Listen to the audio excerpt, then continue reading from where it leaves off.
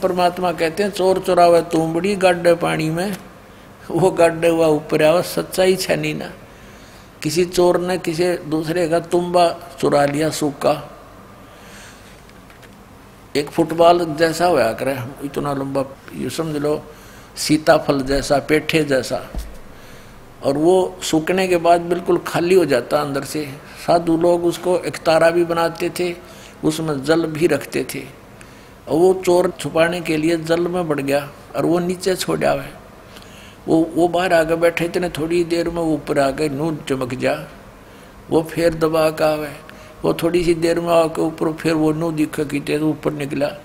तो कहते हैं इन्होंने इस सच्चाई को छुपाने की पूरी कुचेष्टा की, लेकिन ये छुपा नहीं सके। अब देखो यही शिव पुराण आपको दिखाते हैं। प्रश्न नंबर 24 पे, एक बार श्री ब्रह्मा जी और श्री विष्णु जी का झगड़ा हो गया इस बात पे। ब्रह्मा जी कहने लगा मैं तेरा बाप हूं, तू मेरे से उत्पन्न हुआ है, मैंने सारे जगत की रचना की है। और विष्णु जी कहने लगे मैं तेरा पिता हूं, तेरा जनक हूं, तेरी उत्पत्ति मेरी नाभि कमल से हुई है। इस बात पर दोनों का काफी युद्ध हो गया। इस काल रूपी ब्रह्म ने, इनके पिता ने, ये गुप्त रहता है, इसने प्रतिज्ञा कर रखी है मैं कभी किसी के समक्ष नहीं आऊंगा, अपने ओरिजिनल रूप में, ओरिजिनल वास्तविक रूप में। ये कभी जैसे कहीं पर जैसे ब्रह्मा विष्णु का आपस में विवाद हुआ तो शिव रूप में आ गया, कहीं पर विष्णु और शिव का विवाद होता है तो ये ब्रह्मा के रूप में खड़ा हो जाता है। तो ये समझ नहीं पाए कौन है ये, के सांग है। तो अब परमात्मा ने आके बताया, इसके सारे षड्यंत्र का बांडा फोड़ कर दिया। अब क्या हुआ, ये काल आके खड़ा हो गया। पहले इसने सतम पिलर डाल दिया बीच में, एक जिसको लिंग बोलते हैं, तेजों में लिंग खड़ा कर दिया, पिलर बहुत बड़ा। तो ये दोनों युद्ध करना बंद करके ब्रह्मा और विष्णु जी आश्चर्य में पड़ गए कि इतना लंबा कहाँ से आ गया अचानक। फिर उसको कोई ऊपर न एक नीचे न, इसमें ढूंढने लगे। लंबी कथा है, हम शॉर्ट करेंगे भी। तो उसी समय ये काल आ गया वहां पर शिव रूप में, इन दोनों को समझा कि तुम भगवान नहीं हो और तुम अपने आप को भगवान मान बैठे। तो फिर इन्होंने प्रश्नोत्तरी की, वो आगे दिखाते हैं। हम अपने मतलब की वस्तु लेते हैं।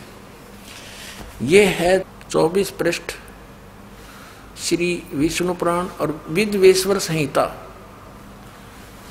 और इसमें ये ब्रह्मा और विष्णु का युद्ध हुआ, इनके बीच में ये सतम खड़ा कर दिया।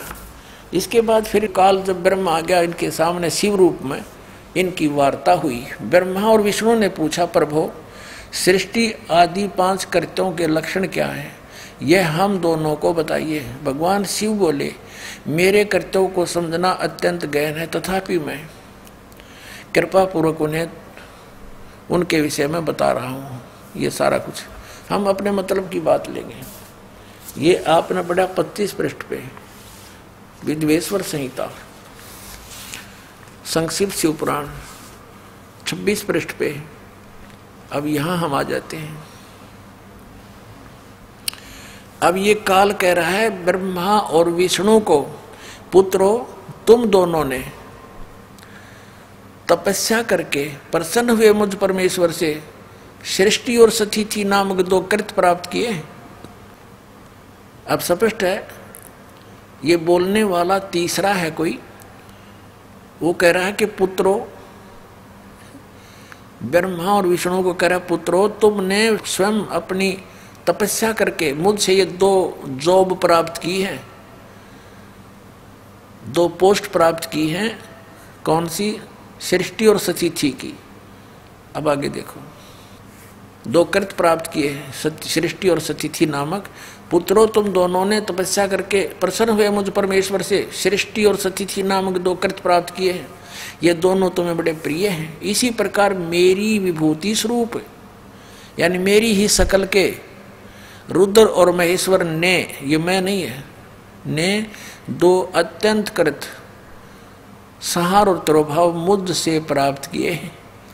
अब जो दास कंसेप्ट क्लियर करना चाहा था वो ये हो गया कि ये चार और हैं, ये बोलने वाला पांचवा है। महेश्वर, रुद्र, ब्रह्मा और विष्णु, इनका पिता है यो काल, यो पांचवा न्यारा है। इति सिद्धम कि ब्रह्मा विष्णु महेश के पिताजी कौन है? काल रूपी ब्रह्म। अपने आत्माओं 600 वर्ष पहले भगवान कबीर साहब ने कहा था, अब मैं तुमसे कहूँ चिताई, त्रिदेवन की उत्पत्ति बाई। माँ अष्टंगी पिता निरंजन, ये जमदारुण वंशन अंजन। पहले की निरंजन राई, पीछे से माया उपजाई। माया रूप देख अति शोभा, देव निरंजन तन मन लोभा। अब बताते हैं, निरंजन की ने भोग विलासा, माया को रही तब आशा। 3 पुत्र अष्टंगी जाए, ब्रह्मा विष्णु शिव नाम धराए। कति सिंपल लैंग्वेज में मालिक ने ये सूक्ष्म वेद में बता रखा है कि इस काल रूपी ब्रह्म सरपुरुष की और दुर्गा के संयोग से दुर्गा को आशा रही, प्रेग्नेंट हुई, फिर उन 3 पुत्रा की उत्पत्ति की। कति क्लियर कर दिया। और फिर मालिक ने एक शब्द और बोला, गुण तीनों की भक्ति में ये भूल पड़ो संसारे। कहे कबीर निज नाम बिना कैसे उतरो पारे। 3 देव की जो करते भक्ति, उनकी कदे ना हो मुक्ति। कंसेप्ट क्लियर हो गया तो नासवान है, और इनकी भक्ति करने से वो पूर्ण मोक्ष कैसे प्राप्त होगा? जहाँ जाने के बाद फिर लौटकर कभी संसार में नहीं आते, ये आप जन्मते मरते हैं। तो इसके लिए इन्हीं पवित्र सदग्रंथों से प्रमाणित करेंगे आपके लिए। पहले तो ये प्रमाणित करते हैं ये 3 गुण क्या हैं। रजगुण ब्रह्मा, सतगुण विष्णु, तमगुण शिव जी। वैसे तो बहुत बार आ चुका है, फिर भी पुण्यात्माओं ये अज्ञान भी हमारे अंदर हजारों वर्षों से फीड किया गया, झूठा लगातार लगातार फीड कर दिया, हम यहाँ तक भर दिए इस अज्ञान से। अब ज्ञान सुनते हैं तो हमें अंदर जगह नहीं, लेकिन ये ऐसा ज्ञान है कि अपनी जगह बनाएगा और उसको बाहर फेंक देगा उठा करके। अब देखना मार्कंडेय पुराण में स्पष्ट किया है। ये अपने पवित्र पुराण सदग्रंथ हैं जिनको हम शिरोधार्य मानते रहे और पढ़ते रहे और खरीदते रहे। ये गीता प्रेस गोरखपुर से प्रकाशित है। प्रकाशक एवं मुद्रक हैं गीता प्रेस गोरखपुर, गोविंद भवन कार्यालय कोलकाता का संस्थान। अब इसके 123 पृष्ठ पर ले चलते हैं आपको। 123 पृष्ठ पे अब यहां से शुरू करेंगे। 122 से हम संक्षिप्त मार्कंडेय पुराण। यहां देखिएगा, मार्कंडेय जी बोले, ये मार्कंडेय जी का ही आगे ज्ञान है। यहां आ जाते हैं इसके सामने हम। इस तरह स्वयंभू परमात्मा की 3 अवस्थाएं हैं। रजगुण प्रधान ब्रह्मा, तमोगुण प्रधान रुद्र और सतोगुण प्रधान विश्वपालक विष्णु है। ये ही 3 देवता है और ये ही 3 गुण है। वैसे तो पुण्यात्माओं कहते हैं बुद्धिमान को संकेत गणाओ है, बहुत होता है, फिर भी क्योंकि हम बहुत दिनों से रंगे पड़े हैं, कई मन में थोड़ा सा भी कंसेप्ट क्लियर ना हुआ तो ये काल फिर स्थान बना जाएगा आपके अंतःकरण में। लेकिन दास ऐसी जगह छोड़ना को ना कि ये फिर समा जाए आपके अंदर। ये देखिएगा श्रीमद् देवी भागवत, ये प्रथम भाग, ये कहाँ से प्रकाशित है? अथ देवी भागवतम सभाष्टीकम सैमात्यम, खेमरा श्री कृष्ण दास प्रकाशन, बम्बई 4। अब हम इसके यहाँ आते हैं। ये है अथ श्री मद देवी भागवते भाषा टीका युक्ते तृतीय स्कंद है प्रारंभते, ये 3रा स्कंद प्रारंभ। इसके हम 11 पृष्ठ पर ले चलते हैं आपको। ये 11 पृष्ठ है और ये 3रा स्कंद है भाषा टीका तृतीय स्कंद अध्याय 5। ये अध्याय 5 का ये 7वां श्लोक यहाँ समाप्त हुआ है। और 8वां प्रारंभ होता है। भगवान शंकर कहते हैं, हे माता, यदि हमारे ऊपर सदा आप दया युक्त हो तो हमको तमोगुण में किस प्रकार प्रदान किया है। और ब्रह्मा रजोगुण और हरि सतगुण युक्त किए हैं। अब संस्कृत भी पढ़ेंगे हम। 7वां ये समाप्त हुआ, 8वां प्रारंभ होता है। भगवान शंकर कहते हैं, यदि दया धर्मना न सदाम्बिके, यदि दया धर्मना, यदि आप दया युक्त हो, कथम अहम विहित है, किस प्रकार मैं बना दिया अंबिके यानी दुर्गा, हे माता, विहित तमोगुण, मुझे तमोगुण क्यों बना दिया। कमल जय, कमल से उत्पन्न होने वाले ब्रह्मा को रजोगुण संभव, रजोगुण क्यों बना दिया। सोहित क्यों सतोगुण हरि, और विष्णु को क्यों सतोगुण बना दिया। ये सिद्धम रजगुण ब्रह्मा, सतगुण विष्णु, तमगुण शिव जी। अब ये दास आपको पवित्र श्रीमद् भगवद गीता के अंदर दिखाएगा। गुण तीनों की भक्ति में ये भूल पड़ो संसारे, कह कबीर निज नाम बिना कैसे उतरो पार। 3 देव की जो करते भक्ति, उनकी कदे ना होवे मुक्ति। तभी तो हमारे सारे पूर्वज भूत बनवा दिए नज्ञानिया ने।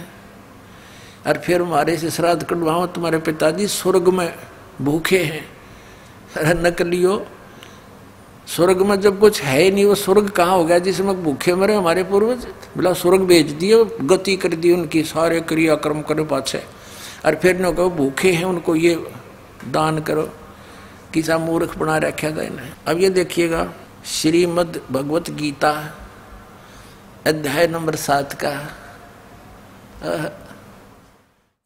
जयदयाल गोविंद का इसके अनुवादक हैं, गीता प्रेस गोरखपुर से ये छपी है।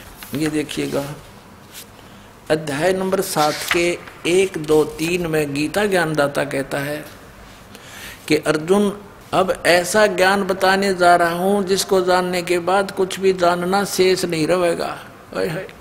देखना, अथ सप्तमोध्याय 7वां अध्याय प्रारंभ।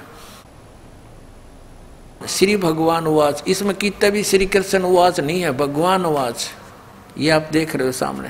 अरे ये कृष्ण जी ने बोली, हे पार्थ, अनन्य प्रेम से मुझ में आसक्त चित्त मेरे प्राण होकर तथा अनन्य भाव से मेरे प्राण होकर योग में लगा हुआ, जिस प्रकार से संपूर्ण विभूति बल ऐश्वर्य आदि गुणों से संपन्न सबके आत्म रूप मुझको संशय रहित जानेगा, उसको सुन। कहते तुम मुझे अच्छी तरह समझ जाएगा, वो ज्ञान बताता हूं। साथ में देगा दूसरा श्लोक, मैं तेरे लिए इस विज्ञान से तत्व ज्ञान को संपूर्णता कहूंगा, जिसको जानकर संसार में फिर कुछ भी जानने योग्य शेष नहीं रह जाता। अब ये 5वें श्लोक में 2 प्रकृति बताई है। इस 7वें अध्याय के 5वें श्लोक में पृथ्वी जल अग्नि वायु आकाश मन और बुद्धि और अहंकार, ये तो 8 प्रकार की जड़। इस प्रकार ये तो 8 प्रकार से विभाजित मेरी प्रकृति है। ये 8 प्रकार के भेद वाली है। ये तो अपरा मेरी जड़ प्रकृति है। और इससे दूसरी जिससे यह संपूर्ण जगत धारण किया है, मेरी जीव रूपा प्राचेतन प्रकृति जान, ये दुर्गा है। आगे देखो, हम आते हैं अध्याय नंबर 7 के और श्लोक नंबर 12 पे, क्योंकि ताज़ा ताज़ा सिद्ध हुआ है कि रजगुण ब्रह्मा है, सतगुण विष्णु, तमगुण शिव जी, ये याद रखना। अब ये गीता ज्ञान दाता ब्रह्म है, काल है, और ये कह रहा है कि और भी जो सतगुण से उत्पन्न होने वाले भाव हैं, सतोगुण यानी विष्णु से सतिथि, और जो रजगुण से तथा तमगुण से, रजगुण ब्रह्मा जी से उत्पत्ति, तमोगुण से संहार शंकर जी से, तमगुण शंकर से संहार होने वाले भाव हैं, उन सबको मुझसे ही होने वाले हैं ऐसा जान, परंतु वास्तव में उनमें मैं और वे मुझ में नहीं है। अब पुण्यात्माओं, इस काल भगवान को 1 लाख मानव शरीरधारी प्राणियों के शरीर से निकले गंध को खाने का श्राप लगा हुआ है। जिस कारण से इसने अपने तीनों पुत्रों को ये यहाँ की व्यवस्था दे रखी है कि ब्रह्मा जी रजोगुण है, जिसके प्रभाव से हम संतानों उत्पत्ति करते हैं सभी प्राणी विवश होकर के, जीव के बस की नहीं। और सतोगुण श्री विष्णु जी के सतोगुण के प्रभाव से हम एक दूसरे में जकड़े हुए हैं, हमारे अंदर इतनी ममता भर रखी है, हमारे बस का नहीं से दूर हो सके। और तीसरा जो संहार करता है शंकर भगवान, ये भी काल का पुत्र है। तो इन तीनों से ये कहता है कि जो रजगुण से होता है ब्रह्मा जी से उत्पत्ति और विष्णु जी से स्थिति और शिव जी से संहार, जो कुछ भी हो रहा है इसका निमित्त कारण तो मैं ही हूँ, पर मैं इनके सामने नहीं आता, इनसे अलग रहता हूँ। अब आगे चलते हैं, देखिएगा अध्याय नंबर 7 और श्लोक नंबर आपने 12 पढ़ लिया। और भी जो सतोगुण से उत्पन्न होने वाले भाव हैं, यानी सचिथि, और रजोगुण जो ब्रह्मा से सृष्टि उत्पत्ति और तमोगुण शंकर से जो संहार होता है, उन सब को मुझसे ही होने वाले हैं ऐसा ही जान, परंतु वास्तव में इनमें मैं और वे मुझ में नहीं है, इनसे बाहर है ये। अब 13वें में कहा है कि गुणों के कार्य रूप सात्विक राजस और तामस, इन तीनों प्रकार के भाव से, यानी इन्हीं के ऊपर आसक्त ये सारा संसार प्राणी समुदाय मोहित हो रहा है, इन तक सीमित है, ब्रह्मा विष्णु महेश तक। इन तीनों गुणों से, रजगुण ब्रह्मा, सदगुण विष्णु, तमगुण शिव जी से परे मुझ अविनाशी को नहीं जानता। ये कहते हैं इनसे ऊपर हूं मैं, अलग हूं। अब आगे देखो, अब 14वें में कमाल कर दिया, श्लोक नंबर 14 7वें अध्याय का। क्योंकि यह अलौकिक अर्थात अति अद्भुत त्रिगुणमयी मेरी माया, रजगुण ब्रह्मा सतगुण विष्णु तमगुण शिव जी के द्वारा फैलाया गया ये जाल, ये बड़ी दुस्तर है, बड़ा खतरनाक है। जो पुरुष केवल मुझको निरंतर भजते हैं वे इस माया को ब्रह्मा विष्णु महेश से ऊपर उठ जाते हैं, उल्लंघन कर जाते हैं। यानी जो ब्रह्म से लाभ होता है वो ब्रह्मा विष्णु महेश के लाभ से अधिक स्वर्ग प्राप्ति होती है। अब यहाँ कहते हैं 15वें श्लोक में कमाल कर दिया, 7वें अध्याय के गीता जी में, माया के द्वारा जिनका ज्ञान हरा जा चुका है, रजगुण ब्रह्मा सतगुण विष्णु और तमगुण शिव जी रूपी इस त्रिगुणमयी माया द्वारा जिनका ज्ञान हरा जा चुका है, जो केवल इन्हीं की भक्ति तक सीमित है, इनसे आगे किसी की सुनना नहीं चाहते। आसुर स्वभाव, राक्षस स्वभाव को धारण किए मनुष्यों में नीच और दूषित कर्म करने वाले मूढ़ लोग, मूर्ख, माम न प्रपदन्ते, मुझको नहीं भजते। यानी जो ब्रह्मा विष्णु महेश तक की भक्ति में लगे रहते हैं, उनके बारे में क्या बताया है कि असुर स्वभाव को धारण किए हुए मनुष्यों में नीच और तेरा जो वही हो, और दूषित कर्म करने वाले मूर्ख लोग, पुण्यात्माओं। परमात्मा ने 600 वर्ष पहले कहा था, 3 देव की जो करते भक्ति उनकी कदे ना होवे मुक्ति। और गीता जी ने तो इनको क्या संज्ञा दे दी आपके समक्ष है। इस ब्रह्मा विष्णु रजगुण ब्रह्मा सतगुण विष्णु तमगुण शिव जी के पुजारियों को, राक्षस स्वभाव को धारण किए हुए मनुष्यों में नीच दूषित कर्म करने वाले मूर्ख, 4 गाली इकट्ठी दे रखी गीता जी में। दास नहीं कह रहा, अपने सदग्रंथ कह रहे हैं जिनको हम श्रोधार्य मानते हैं। अब ये कौन है आगे और क्लियर हो जाता है। देखिए ये कहता गीता ज्ञानदाता कि मेरी भक्ति भी ना करते। आगे देखो, अब 7वें अध्याय का 20वें श्लोक में और कंसेप्ट क्लियर किया है। उन भोगों की कामना द्वारा जिनका ज्ञान हरा जा चुका है, ब्रह्मा विष्णु महेश से मिलने वाले अस्थायी लाभों से, जैसे रावण ने सोने की लंका बना ली और के चला उसके साथ, शर्मा मार लिया लंका ने। उन भोगों की कामनाओं के द्वारा जिनका ज्ञान हरा जा चुका है, वे अपने स्वभाव से प्रेरित होकर उस नियम का धारण करके अन्य देवताओं को भजते हैं। ब्रह्मा विष्णु महेश भी अन्य देवताओं में आते हैं, अर्थात उनकी ही पूजा करते हैं। और 21 में क्या कहा, 7वें अध्याय के 21वें श्लोक। अब जो सकाम भक्त जिस देवता के स्वरूप को श्रद्धा से पूजना चाहता है, उस भक्त की श्रद्धा को मैं उसी देवता के प्रति सचेत कर देता हूँ। मैं देता हूँ उनको थोड़ा बहुत लाभ मिलता है तो मैं वहाँ फिट रखता हूँ उनको। कभी विष्णु के रूप में प्रकट हो जा, किसी के शिव जी के रूप में। अब 22 में क्या कहा है कि वह पुरुष उस श्रद्धा से युक्त होकर उस देवता का पूजन करता है, यानी ब्रह्मा विष्णु महेश की ही बारे में कहा है, और उन देवताओं से मेरे द्वारा ही विधान किए हुए उन इच्छित भोगों को निसंदेह प्राप्त करता है। यानी मैंने उनको थोड़ी सी पावर दे रखी है, उन्हीं से प्राप्त करता है थोड़ा बहुत। परंतु उन अल्प बुद्धि वालों का, मूर्खों का, उन अल्प बुद्धि मंद बुद्धि वालों का वह फल नाशवान है, ब्रह्मा विष्णु महेश के पूजने वालों का। और देवताओं को पूजने वाले देवताओं को प्राप्त होते हैं और मेरे भक्त मुझको प्राप्त होते हैं। यही नड़ा दिया। अब चाहे जैसे भी भजे, ये अनुवादकर्ता की बकवाद है, मूल पाठ में नहीं है। इसमें मेरे भक्त मुझको प्राप्त होते हैं, इसने तो अपना बता दिया, मेरा ओम नाम है 8वें अध्याय के 13वें श्लोक में, और कुछ नहीं बजना। इन्हें कह दो जैसे चाहे बजे। अभी ना अपना डंगा केड़ा दिया, जैसे चाहे का अर्थ कर दिया। हरे राम हरे कृष्ण राधे राधे श्याम लादे, चाहे कुछ भी जाप कर ले उसी तो मिले। ये है अनुवादकर्ता की बकवाद, अज्ञान सोच। और गीता में तो लिखा है 8वें अध्याय के 13वें श्लोक में, ओम इति एकाक्षरम ब्रह्म व्यवहारण माम अनुस्मरण यह प्रयाति तदंदेहम सयाति परमाम गतिम। मुझ ब्रह्म का केवल एक ओम अक्षर है, नथिंग एल्स।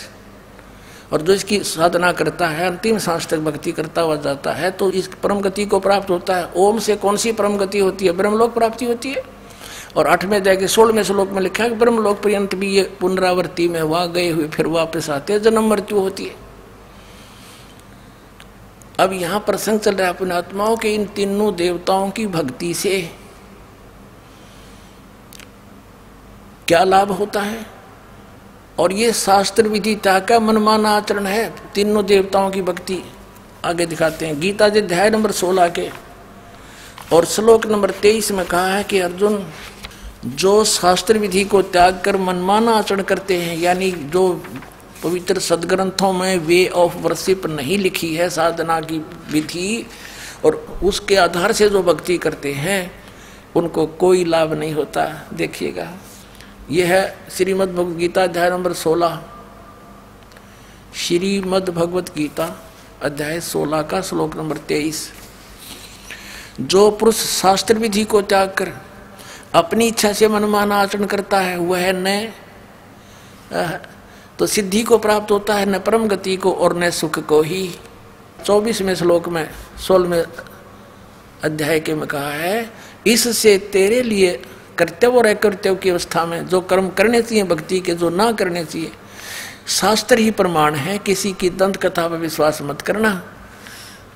ऐसा जानकर शास्त्र विधि से नियत यानी शास्त्र अनुकूल कर्म करने योग्य है, कर्म ही करने योग्य हैं, यानी और कर्म नहीं करना। जो गीता में लिखा वही मंत्र जाप करना, उतनी ही क्रिया करना।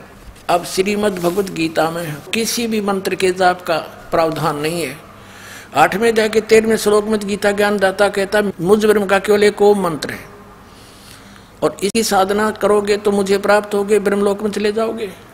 8वें अध्याय के एक मंत्र में अर्जुन ने पूछा कि प्रभु, आपने 7वें अध्याय के 29वें श्लोक में जिस तत्परम के विषय में कहा है वो किम तत्परम, कि उसको जानकर फिर व्यक्ति जरा और मन से छूटने का प्रयत्न करता है और अन्य किसी वस्तु की डिमांड नहीं रखता, इच्छा नहीं रखता, वो किम तत्परम 8वें अध्याय के एक श्लोक में पूछा अर्जुन ने। उसका उत्तर दिया गीता ज्ञानदाता ने 3रे श्लोक में 8वें अध्याय के में कि वो परम अक्षर ब्रह्म है। 8वें अध्याय के 5 और 7 में तो गीता ज्ञानदाता अपने विषय में बताता, तू मेरी भक्ति कर और युद्ध भी कर, मुझे प्राप्त होगा। 8वें अध्याय के 8, 9, 10 श्लोक में उस परम अक्षर ब्रह्म के बारे में जानकारी बताई है कि उसकी भक्ति करेगा तो उसको प्राप्त होगा, जहां जाने के बाद फिर लौट कर कभी संसार में नहीं आते। अपने विषय में गीता ज्ञानदाता कहता 4थे अध्याय के 5वें श्लोक में और 9वें में, 2रे अध्याय के 12वें श्लोक में, 10वें अध्याय के 2रे श्लोक में कि अर्जुन, तेरे और मेरे बहुत जन्म हो चुके, तू नहीं जानता, मैं जानता हूँ। इसे सिद्ध है कि इसकी भक्ति करने वाले भी जन्म मृत्यु में रहेंगे। तो इसलिए इसने कहा कि 18वें अध्याय के 62वें श्लोक में कि तू सर्वभाव से उस परमेश्वर की शरण में जा, परम अक्षर ब्रह्म की शरण में जा, उसकी कृपा से तू परम शांति और सनातन परम धाम को प्राप्त होगा। 15वें अध्याय के 1 से लेकर 4 में और 16 और 17 में ये 3 पुरुष बताए हैं, सर पुरुष, अक्षर पुरुष और परम अक्षर पुरुष। सर पुरुष और अक्षर पुरुष ये तो व्यर्थ बताए हैं। उत्तम पुरुष तो अन्य परमात्मा इति उदाहरते 15वें अध्याय के 17वें श्लोक में कहा कि उसी वो है सर्वशक्तिमान परमात्मा, वो वास्तव में अविनाशी है, वही आप वास्तव में पूज्य है।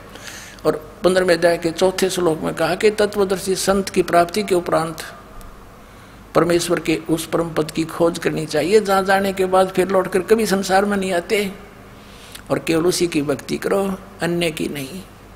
अब यहाँ प्रसंग चल रहा है कि 16वें अध्याय के 23-24 में कहा है कि जो शास्त्र विधि को त्याग कर मनमाना आचरण करते हैं उनको कोई लाभ नहीं होता। और फिर ये कंसेप्ट क्लियर कर दिया 7वें अध्याय के 12 से लेकर 15 और 20 से लेकर 23 तक कि इन तीनों देवता रजगुण ब्रह्मा, सतगुण विष्णु, तमगुण शिव जी की पूजा करते हैं। ये इनका फल नाशवान है, ये मूर्ख हैं, राक्षस स्वभाव को धारण किए मनुष्यों में नीच दूषित कर्म करने वाले हैं। और यहाँ लिखा कि जो शास्त्र विधि को त्याग कर मनमानी पूजाएं करते हैं, इन तीनों गुण की पूजा आन उपासना के अंदर है, मनमाना आचरण है, उनको इष्ट रूप में पूजना ये पूजा कहलाती है, तो उनका कोई लाभ नहीं होता। अब 17वें अध्याय के प्रथम श्लोक में अर्जुन ने पूछा कि भगवान मान लिया आपकी बात कि जो शास्त्र विधि त्याग कर और मनमानी शास्त्र विरुद्ध साधना करते हैं उनका स्वभाव कैसा होता है, किस किस की पूजा करते हैं। इसमें बताया है कि जो शास्त्र विधि त्याग कर भी जो पूजा में लगे हुए हैं भोली आत्माएं, जो अच्छी आत्मा है, नेक आत्मा है, वो तो इन देवताओं की पूजा करते हैं, ब्रह्मा विष्णु महेश की। और दूसरे जो उससे निम्न स्तर के हैं वो पूजते भैरव भूत बेतालों को, जंतर मंत्र फूं फां शेवड़े पेवड़े बनकर अपना जीवन नष्ट कर देते हैं। तो ये देखिएगा 17वां अध्याय आप पढ़ोगे जब समझ में आओगे। सप्तदशो 7वां अध्याय प्रथम श्लोक में पूछा, हे कृष्ण, क्योंकि अर्जुन तो उसको कृष्ण मान रहा था, जो मनुष्य शास्त्र विधि को त्याग कर श्रद्धा से युक्त हुए देव आदि का पूजन करते हैं, यानी ब्रह्मा विष्णु महेश की जो पूजा करते हैं, उनकी स्थिति फिर कौन सी है, सात्विक है अथवा राजसी है या तामसी है। अब ये काल बोला गीता ज्ञानदाता कहता है कि मनुष्यों की वह स्वभाव से उत्पन्न श्रद्धा सात्विक और राजसी और तामसी ऐसे 3 प्रकार की होती है, उसको मुझसे सुन। तीसरे में कहा है, हे भारत, सभी मनुष्यों की श्रद्धा उनके अंतःकरण के अनुरूप होती है, यह पुरुष श्रद्धा में, और इसलिए जो पुरुष जैसी श्रद्धा वाला स्वयं है वैसा भी वह वही वैसा ही है। अब यहाँ चौथे में बताया 17वें अध्याय के में कि सात्विक पुरुष अच्छी आत्मा देवों की पूजा करते हैं, है तो शास्त्र विरुद्ध, है तो कति अज्ञान, व्यर्थ है वो भी, लेकिन ये तो सिर्फ न्यों बता रहा किसी आदमी किसकी पूजा करते हैं, किस स्वभाव के हुए। अच्छी आत्मा के वो देवी देवताओं की पूजा करते हैं, रजगुण ब्रह्मा, सतगुण विष्णु, तमगुण शिव जी तक इनकी पूजा करते हैं। तो पुण्यात्मा आगे आप पढ़ लेना, ज़्यादा ना पढ़ाकर यही लाना चाहता था दास। फिर भी ये क्या बताते हैं, ये शास्त्र विधि त्याग कर तो ये सात्विक लोग होते हैं, देवताओं की पूजा करते हैं अच्छी आत्माएं। फिर आगे पढ़ाता हूँ, आपको देख लेते हैं। चौथा आप पढ़ रहे हो 17वें अध्याय का। सात्विक पुरुष देवों की पूजा करते हैं, राजस यक्षों की और राक्षसों की, राजस पुरुष। अन्य तामस मनुष्य हैं, वे प्रेत और भूत गणों को पूजते हैं। 5वें में क्या कहा है, जो मनुष्य शास्त्र विधि से रहित है, शास्त्र विधि त्याग का है, क्योंकि गीता में कहीं तप करने का नहीं लिखा है। जैसे विष्णु जी भी घोर तप करता था और गीता बना के रखा, ये कहें कि विद्वान थे। अब Shrimad Bhagavad Gita is the God given knowledge, पूर्ण परमात्मा ने दिया था इसको, ब्रह्म को, इनके पिता को, और इन्होंने वेद का भी कोई नहीं ज्ञान। ब्रह्मा विष्णु जी ने, आपने देवी पुराण में पढ़ा, प्रथम स्कंद में है, विष्णु जी कह रहा है कि मैं घोर तप को तपता हूँ, हजारों वर्षों तक बैठा रहता हूँ, और फिर राक्षसों को बैटरी चार्ज करके फिर राक्षसों को मारता हूँ। और गीता में लिखा है जो घोर तप को तपते हैं वह कितने मूर्ख हैं। देखिए 17वें अध्याय का 5वां श्लोक, जो मनुष्य शास्त्र विधि से रहित घोर तप को तपते हैं। ये तप तपना भी, घोर तप तपना भी शास्त्र विरुद्ध है। दंभ और अहंकार से युक्त, कामना, आसक्ति और बल के अभिमान से युक्त, 17वें अध्याय के 6ठे श्लोक में शरीर रूप से सतीत भूत संहिता यानी प्राणियों को और अंतःकरण में सतीत मुझ परमात्मा को भी वो कष्ट करने वाले हैं, दुखी करने वाले हैं उन अज्ञानियों को असुर स्वभाव के जाने। कति क्लियर कर दिया। अब इससे क्या सिद्ध हुआ? श्रीमद् भगवत गीता में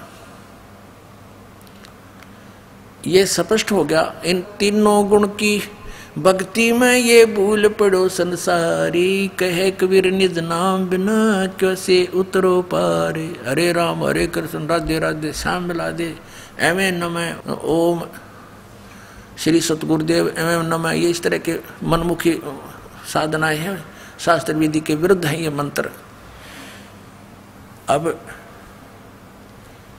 इसमें स्पष्ट हो गया है, परमात्मा ने कहा था 3 देव की जो करते भक्ति उनकी कदे ना हुआ मुक्ति। अरे पवित्र श्रीमद् भगवत गीता ने स्पष्ट कर दिया कि इन तीनों देवताओं की भक्ति करते हैं, वो है तो शास्त्र विरुद्ध है। और राक्षस स्वभाव को धारण किए मनुष्यों में नीच दूषित कर्म करने वाले मूर्ख, ये ब्रह्म कहता है मेरी भक्ति भी ना करते। अब इनको ऐसा क्यों कहा? जैसे एक बार श्री ब्रह्मा रजगुण की भक्ति की थी हिरण्यकशिपु ने, रजगुण ब्रह्मा जी की, और सिद्धि प्राप्त करके भगवान बन बैठा। अपने ही पुत्र प्रहलाद का शत्रु बन गया और वो जुल्म गुजारे उस पुण्यात्मा के साथ। पिता होकर भी शर्म नहीं आई उस अहंकार के भूखे तीनों गुणों के उपासक ने। ऐसे जुल्म की राक्षस कहलाया और कुत्ते वाली मौत मारा गया। भगवान ने आकर उसकी छाती पाड़ी, पेट पाड़ के गिर दिया। अब तमोगुण भगवान शंकर की पूजा की थी रावण ने, आपके समक्ष है। और जो वर्तमान के शिव के पुजारी एक सोमवार का व्रत रख के थोड़ी बहुत मंत्रमाला करके नहीं सोचा कि पता नहीं क्या प्राप्ति कर लेंगे। अब रावण जैसी भक्ति वर्तमान का कोई भी नहीं कर सकता। यहाँ से धड़ काट के, यहाँ से काट के 10 दोनों भुजा से समर्पित कर दिया था। और जैसा किया वैसा ये दे सकते हैं भगवान, वैसा ही इसको दे दिया। लेकिन दुर्बुद्धि नहीं गई, राक्षस कहलाया, कुत्ते वाली मौत मारा गया। और कैसा दूषित कर्म किया? अपनी ही माता को, सीता को उठा लाया, जो शंकर भगवान के बड़े भाई की पत्नी थी, उसको उठा लाया। पत्नी बनाने की चेष्टा कर रहा था अपनी माँ को।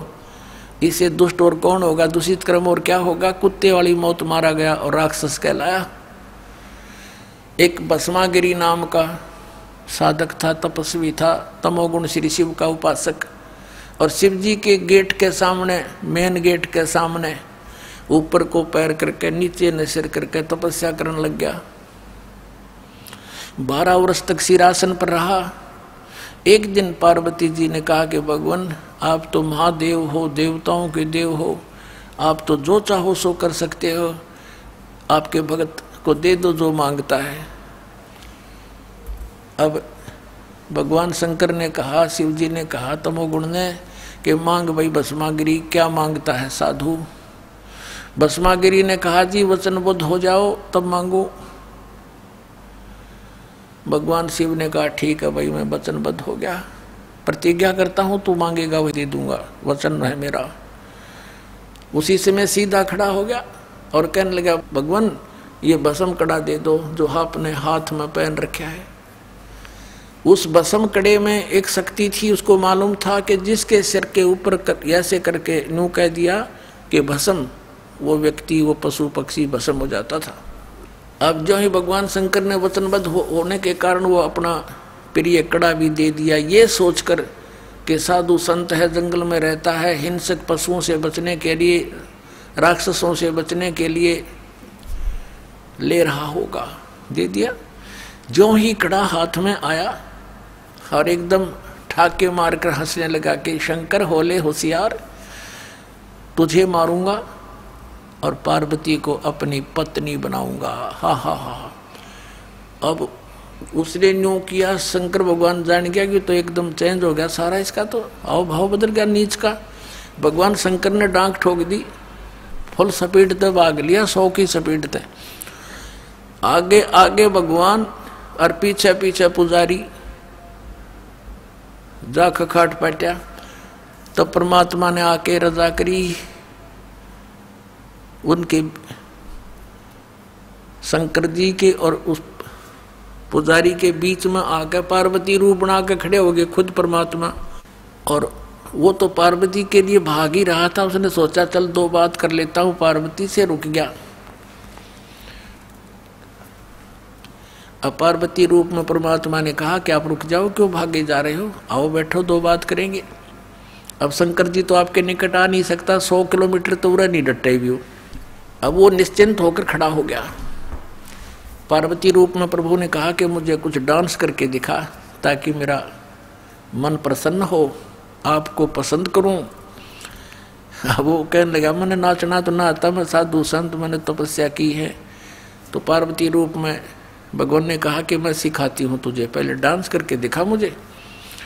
इस हाथ को ऐसे कर, इस पैर को ऐसे कर, इसको ऐसे कर, इसको ऊपर ला, इसको नीचे कर। धीरे धीरे जिस हाथ में उसको कड़ा था वो सिर पर आ गया ना, तो उस बूढ़ी बूझ के जब कह दिया भस्म, वो भस्मा गिरी नष्ट हुआ। अब उस कड़े को लेकर विष्णु रूप धारण करके परमात्मा शंकर भगवान के से काफी आगे खड़े हो गए और कहा कहाँ दौड़ रहे हो। बोले नाथ कहाँ चले, शंकर जी कहाँ जा रहे हो, कि भाग ले विष्णु भाग ले, पीछे एक दुष्ट आ रहा है, उसने मेरे से धोखा किया है। तब विष्णु रूप में प्रभु ने कहा कि देखिए तेरा कड़ा मैं ले आया, उससे भाग, डरे मत, वो मैंने नाश मार दिया है। कि नहीं नहीं ये कोई और होगा, कि वही है, चिंता ना कर। दौड़ता दौड़ता पूछ रहा कैसे क्या कर दिया, कि मैंने उसको ऐसे ऐसे पार्वती रूप बनाया, उसके सामने खड़ा हो गया, उसको गंड हाथ नचा के नाच नचा के और उसको ऐसे किया जब वो मार दिया। शंकर भगवान ने कहा मुझे उसकी वो ऐसे दिखा दे, राख कहाँ सी जलिया है। वो ला के दिखा लिया ना कि यो पड़ा उसकी राख। जब कलेजे की धड़कन बंद हुई भगवान शिव जी की, जिसको अविनाशी कहा करते, अजरो अमर मृत्युंजय कालज सर्वेश्वर महेश्वर। बताओ, ये थे हमारे टीचर हिंदू धर्म के नकली गुरु, मूर्ख बना रहे हमारे को हजारों वर्षों से। अपने आत्माओं, ये तो 2 गुणों के पुजारियों का निर्णय हो गया। किसे थे ये, राक्षस स्वभाव को धारण किए मनुष्यों में नीच दूषित कर्म करने वाले मूर्ख है। अब भस्मा गिरी जैसा नीच कर्म कौन करेगा, भगवान की पत्नी पे, और नीत खराब कर दिया अपनी माँ पे। तो इसे दुष्ट गीता जी में कहा है, राक्षस स्वभाव को धारण किए। भस्मा असुर कहलाया, भस्मा राक्षस कहलाया, भस्मा गिरी से। अब सतोगुण श्री विष्णु जी के पुजारी वैष्णो धर्म, वैष्णो साधु होते हैं। एक समय हर की पैड़ी हरिद्वार के अंदर एक कुंभ के पर्व की, कुंभ के मेले की, त्योहार की पर भी लगी। हर की पैड़ियों पर वो पर भी लगनी थी, वहाँ स्नान करना था। तो सभी ये षटदल बोला है न, 6 प्रकार के को गिरी, पुरी, नागा, सन्यासी, वैष्णो, नाथ, ये षटदल कहलाते हैं। दल माने संख्या, अलग अलग ग्रुप, दल माने पूरा समूह। तो ये सब षटदल अपने अपने स्थान पर, अपने अपने डेरों में, अपने अपने ग्रुप में, गिरियों में गिरी, पुरियों में पुरी, सन्यासियों में सन्यासी, नागाओं में नागा, वैष्णवों में वैष्णव साधु जा करके अपने ग्रुप में वहाँ हरिद्वार में इकट्ठे हो गए। ये ऐसा ही करते हैं। और जब स्नान करने का समय आता है उस समय ये सभी चल पड़ते हैं अपने मुखिया के पीछे पीछे। अपने अपने अलग अलग गिरियों का मुखिया अलग होता है, पुरियों का अलग, सन्यासियों का अलग, वैष्णव का अलग, नागाओं का अलग। ये नागा और गिरी, पुरी, सन्यासी और ये नाथ, ये सारे तमोगुण शिव के उपासक, सतोगुण विष्णु के उपासक वैष्णव साधु। पहले नागा पहुंच गया पूरा ग्रुप, कोई हजारों की संख्या में, 50-60 हजार, और हर की पैड़ी पर नहाने के लिए पोजीशन पकड़ के पहले स्नान करने लगे। पीछे से आगे वैष्णव का समूह पूरा। वैष्णव ने आकर कहा कि हे सतोगुण वैष्णव, विष्णु के उपासकों ने कहा कि हे नागाओ, तुम पहले स्नान मत करना, प्रथम हम स्नान करेंगे, हम सर्वश्रेष्ठ हैं। नागा कहने लगे नहीं, हम सर्वश्रेष्ठ हैं, हम प्रथम स्नान करेंगे, हम त्यागी और बैरागी हैं, हम नी इच्छा रहते हैं, हम वस्त्र तक भी ग्रहण नहीं करते, और हम सर्वश्रेष्ठ हैं, हम प्रथम स्नान करेंगे। अब वैष्णव साधु कहने लगे वो संत कि तुम काहे के श्रेष्ठ हो, हैं? तुम नंगे फिरते हो पशु की तरह, राख लपेटे रहते हो, आज तुम नहाने वाले बन गए, शरड फिरडो, टट्टी के हाथ भी ना धोते तुम, आज प्रथम स्नान करने पर तुल गए हो। अब इतनी बात से वो क्षुब्ध हो गए। कौन? नागा।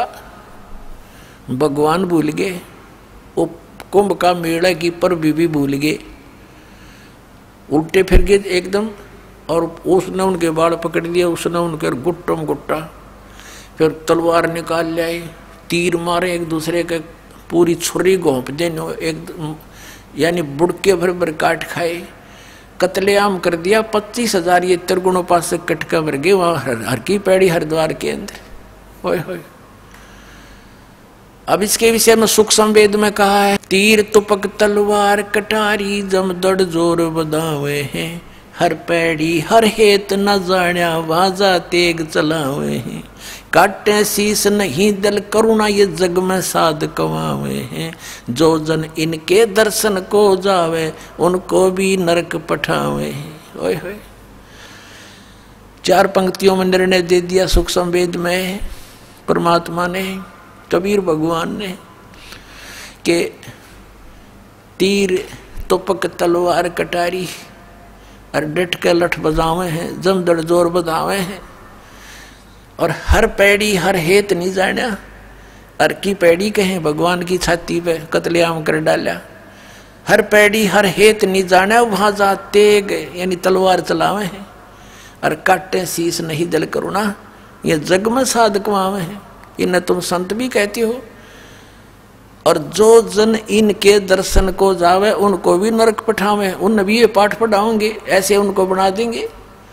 आज तक ये कैसा जुल्म करते रहे, हिंदू मुसलमानों को मार डालते हैं इन्हीं के बहकाए हुए, और मुसलमान हिंदुओं का काट डालते हैं और काजी और मुल्लाओं के बहकाए हुए। तो पुण्यात्माओं, जब तक हम तत्व ज्ञान से परिचित नहीं होंगे, हमारी ऐसे ही ये हमारी दुर्बुद्धि बनाए रखते हैं, हमारा दुरुपयोग करते हैं ये मूर्ख लोग अपने स्वार्थ के वास्ते, ये नकली गुरु। अब ये शराब ये पीवें, और मांस ये खावें, सुल्फे ये पीवें, भांग ये पीवें, ये सन्यासी सरस्वती कमावें। तो यहाँ क्या बताया है कि हर पैड़ी हर हेत नहीं जाना वाजा तेग चलावे हैं, और काटे शीस नहीं दल करुणा, दया नींद के अंदर। अरे न साधु कहो तुम, ये जग में साध कमावे हैं। तो ये तो लक्षण, ये तो बता दिया परमात्मा ने, गुण तीनों की भक्ति में ये भूल पड़ो संसारे, कह कबीर निज नाम बिना कैसे उतरो पार। निज नाम यानी सतनाम के बिना, उस सच्चे नाम बिना पार कैसे होगे। अब जैसे गीता जी अध्याय नंबर 17 के श्लोक नंबर 23 में लिखा है कि ओम तत्सत इति निर्देश ब्रह्मण त्रिविध समर्थ है। सच्चिदानंद घन ब्रह्म के पाने की इस 3 मंत्र की साधना करनी होगी। 8वें अध्याय के 13वें श्लोक में गीता ज्ञानदाता कहता है कि ओम इति एक अक्षरम ब्रह्म व्यवहारण मामुन स्मरण ये प्रियाति तदन देहम सयाति परमाम गतिम। मुझ ब्रह्म का केवल एक ओम मंत्र है, जो इसका अंतिम श्वास तक सिमरण करता हुआ शरीर छोड़कर जाता है तो उस परम गति को प्राप्त होता है, जो ओम से मिलनी है। ओम से ब्रह्मलोक मिलेगा। ब्रह्मलोक में गए हुए प्राणी फिर वापस आते हैं 8वें अध्याय के 16वें श्लोक में, वहां पुनरावृत्ति के अंदर। तो उसके पाने के लिए तो केवल एक 3 मंत्र का जाप, इसके अतिरिक्त जो भी जाप करते हैं शास्त्र विधि को त्याग कर वो मनमान आचरण है। फिर ऑप्शन छोड़ दिया है कि उस परम अक्षर ब्रह्म की पाने की पूरी complete worship, way of worship तत्वदर्शी संत बताओगा, उससे पूछ लो तो वो बताएगा। फिर सबकी कैसी पूजा नहीं करनी, पूजा होती है इष्ट रूप में मानकर पूजा करना होता है, साधना मजदूरी कोई अन्य होता है। अब ये तो हो गया कि तीन देव की जो करते भक्ति उनकी कदे ना हो वह मुक्ति। 600 वर्ष पहले परमेश्वर ने कहा था ये बातें, ये ज्ञान बताया था, और आज इसका समर्थन उन सदग्रंथों ने किया जिनको हम एथेंटिक मानते हैं। तो वो क्या थे जो हमने ज्ञान दिया करते, वो नकली गुरु आज तक मूर्ख बना रहे आपको। पुण्यात्माओं जागो, समझो और मत भूत प्रेत बनो, सतलोक चलेंगे। अब गीता जी अध्याय नंबर 7 के श्लोक नंबर 16 और 17 और 18 में गीता ज्ञान दाता ब्रह्म अपनी साधना करने वालों की बताता है कौन कौन करते हैं। अर्थार्थी, आर्थ, जिज्ञासु और ज्ञानी। अर्थार्थी, आर्थ, जिज्ञासु इनको रिजेक्ट करता है कि ये भी सही साधना नहीं करते, और ज्ञानी को सिलेक्ट किया है कि ज्ञानी आत्मा होती तो अच्छी है। ज्ञानी वो होता है जिसको पता लगा कि केवल एक परमात्मा की भक्ति करनी चाहिए। वेदों में यही लिखा है कि पूर्ण परमात्मा की भक्ति से पूर्ण मोक्ष होगा। लेकिन ये भूल गए कि वेदों में ये भी लिखा था कि उस पूर्ण परमात्मा की भक्ति वेदों में वर्णित नहीं है, उसको तो तत्वदर्शी संत बताएंगे। लेकिन उन्होंने अब पे निष्कर्ष निकाल लिया, यजुर्वेद अध्याय नंबर 40 के मंत्र 15 से ओम नाम सेलेक्ट कर लिया पूर्ण परमात्मा का, जबकि वो 17वें श्लोक में 40वें अध्याय यजुर्वेद के खुद कह रहा है कि मेरा तो ओम ब्रह्म है, वो मंत्र है बुझ ब्रह्म का, और वो तो प्रोक्ष है, पूर्ण परमात्मा तो ऊपर। वह इनकी बुद्धि में ना बड़ी बात, क्योंकि गुरु बिन काहू न पाया ज्ञाना, जो थोथा वो छड़े मूड किसाना। गुरु बिन वेद पढ़े जो प्राणी, समझे न सार रहे अज्ञानी। जिस कारण से इन्होंने, इन ज्ञानियों को ये तो पता लग गया ज्ञान उपासना नहीं करनी, तीनों गुणों की पूजा, रजगुण ब्रह्मा सतगुण विष्णु तम गुण शिव जी की भी नहीं करनी चाहिए। तो इन्होंने ये भी ज्ञान हुआ कि मनुष्य जीवन केवल परमात्मा प्राप्ति के लिए मिलता है, इसमें भगवान प्राप्ति साधना भक्ति नहीं हुई तो व्यर्थ है। इनको ज्ञानी कहते हैं। तो इनको तत्वदर्शी संत ना मिलने से गीता ज्ञानदाता कहता है, ये 7वें अध्याय के 18वें श्लोक में, ये ज्ञानी आत्मा है तो अच्छी उदार है, लेकिन ये मेरे वाली अनुत्तम यानी घटिया अश्रेष्ठ गति में सचित हैं। ये मेरे वाली अनुत्तम गति में सचित है। कौन सी गति? 8वें अध्याय के 13वें श्लोक में कहा है कि जो मुझ ब्रह्म के ओम नाम का जाप करते हैं, करता हुआ शरीर छोड़कर जाता है, मुझ ब्रह्म का जाप करता हो जाता हो, वो उसको परम गति होती है। कौन सी? ओम नाम से होने वाली परम गति। वो कहाँ? ब्रह्मलोक में जाता है। ब्रह्म 8वें अध्याय के 16वें श्लोक में लिखा गीता जी में, ब्रह्मलोक पर्यंत भी जन्म मृत्यु में आते हैं। और गीता के अन्नदाता स्वयं कहता 4थे अध्याय के 5वें श्लोक में, और 9वें श्लोक में, 2 अध्याय के 12वें श्लोक में, 10वें अध्याय के 2 श्लोक में गीता जी में कि तेरे और मेरे बहुत जन्म हो चुके हैं, तुम तो नहीं जानता मैं जानता हूँ। फिर जब तक जन्म मृत्यु है, फिर 18वें अध्याय के 62वें श्लोक में कहा कि इससे तेरे लिए होय होय, कहते तू सर्वभाव से उस परमेश्वर की शरण में जा जिसकी कृपा से तू परम शांति को, सनातन परम धाम को प्राप्त होगा, उसकी कृपा से ही। तो इससे सिद्ध हो गया कि गीता ज्ञानदाता से कोई और है सुप्रीम पावर जिससे पूर्ण मोक्ष होगा। 15वें अध्याय के 4थे श्लोक में कहा कि तत्वदर्शी संत की प्राप्ति के पश्चात परमेश्वर के उस परम पद की खोज करनी चाहिए, जहां जाने के बाद साधक फिर कभी लौटकर संसार में नहीं आता, और केवल उसकी पूजा करो, अन्य की सब त्याग दो। अपनी भी पूजा को रिजेक्ट करता है वो। पूजा मान इष्ट रूप में मानना।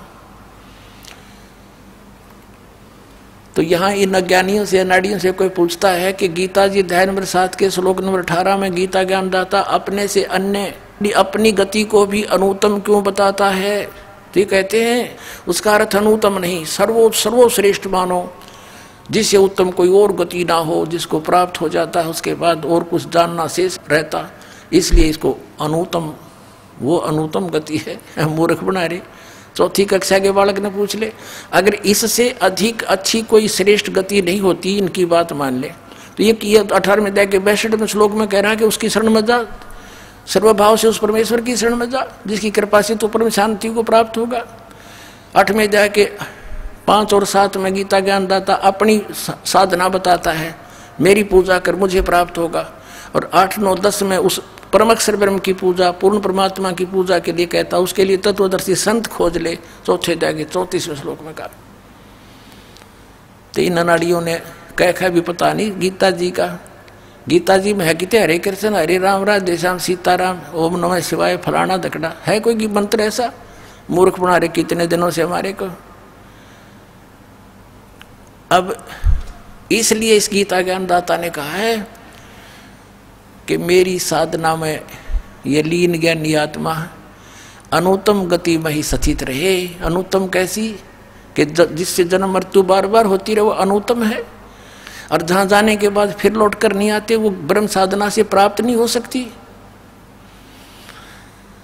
इन ज्ञानी आत्माओं ने हठ योग किए, ओम नाम का जाप किया, वेदों से प्राप्त करके, आन उपासना किसी देव की पूजा नहीं की।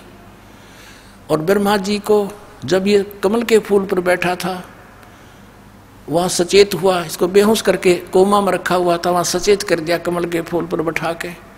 ब्रह्मा जी कहते मुझे नहीं मालूम है कहाँ से आ गया। तो आकाशवाणी कर दी इस काल ने कि तप करो तप करो। इसने सोचा यह आकाशवाणी पूर्ण परमात्मा की है, और करी थी इस काल ने। उसके बाद ब्रह्मा जी को वेद प्राप्त हुए। वेदों में कहीं पर भी हठ योग तप योग करना नहीं लिखा। तो इस ब्रह्मा के इस लोक वेद से कि मुझे आकाशवाणी हुई है तप करने की, हठ योग करने लग गए। ये ओम नाम का जाप वेदों से ले लिया, हजारों वर्ष तक डले डोते रहे। गीता अध्याय नंबर 11 के श्लोक नंबर 47-48 में कहता, अर्जुन ये मेरा रूप जो तूने देखा, ये असली मेरा रूप है। इससे पहले किसी ने नहीं देखा, किसी को प्राप्त नहीं हुआ मैं।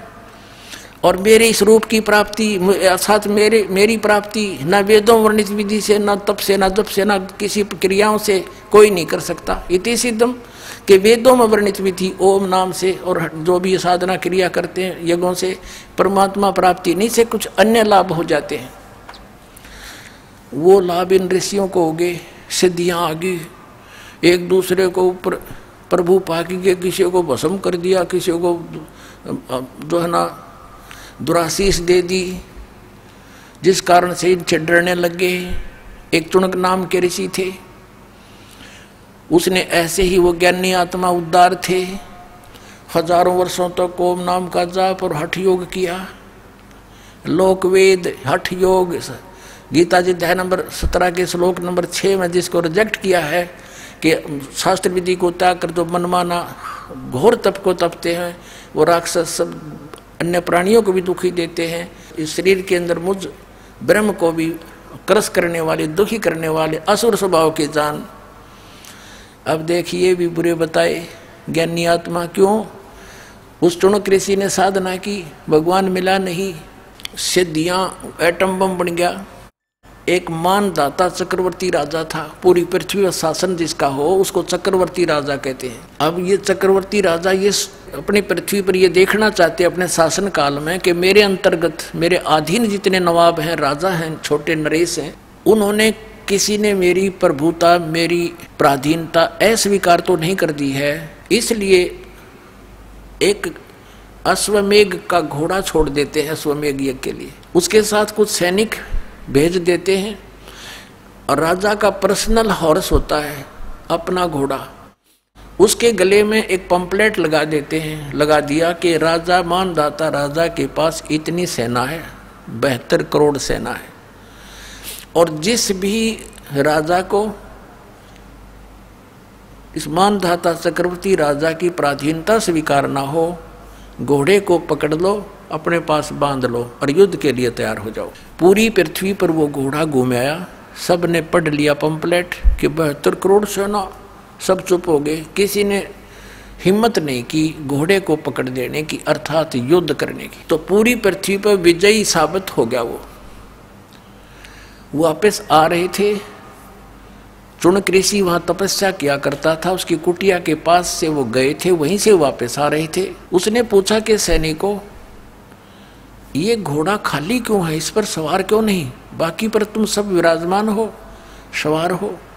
सैनिकों ने बताया कि ऋषि जी, ये मानदाता चक्रवर्ती राजा का घोड़ा है, इस पर कोई बैठ नहीं सकता। और तुम गए कहाँ थे? ऋषि ने पूछा कि हम पूरी पृथ्वी का चक्कर लगा कर आए और ऐसे ऐसे हमारा उद्देश्य था।